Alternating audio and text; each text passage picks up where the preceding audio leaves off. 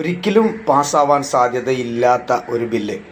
ഒരു തെരഞ്ഞെടുപ്പിൻ്റെ ഏതാനും ദിവസങ്ങൾക്ക് മുമ്പ് ഇങ്ങനൊരു ബില്ല് കൊണ്ടുവന്ന് അത് പരാജയപ്പെടും എന്നുറപ്പുണ്ടായിട്ടും കൊണ്ടുവന്നതിൻ്റെ പിന്നിലെ ലക്ഷ്യം ഇതായിരിക്കുമോ?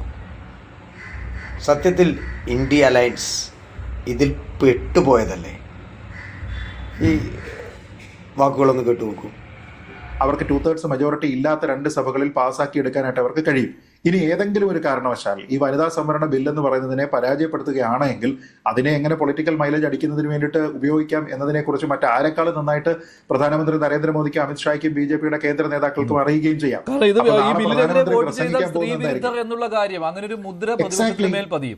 ഒന്ന് ആലോചിച്ച് നോക്കൂ മഞ്ജുഷ്. പ്രധാനമന്ത്രി വളരെ നാടകീയമായിട്ട് അദ്ദേഹം ഇതിനെക്കുറിച്ച് സംസാരിക്കുകയും ചെയ്യും. അദ്ദേഹം പറയും, ഈ നാട്ടിലുള്ള അമ്മ പെൺമാരുടെ കയ്യിലേക്ക് ഞാൻ അധികാരം നൽകാൻ വേണ്ടിയിട്ട് ശ്രമിച്ചപ്പോൾ അതിനെ ഈ രാഹുൽ ഗാന്ധി, അഖിലേഷ് യാദവും മമതാ ബാനർജി ഉൾപ്പെടെയുള്ള ആൾക്കാർ എതിർത്ത് തോൽപ്പിച്ചു. അപ്പൊ നിങ്ങൾ ആൾക്കാരെ തിരിച്ചറിയണം എന്ന് പറഞ്ഞു കഴിഞ്ഞാൽ അത് ഉണ്ടാക്കാൻ പോകുന്ന പ്രത്യാഘാതം എന്ന് പറഞ്ഞ്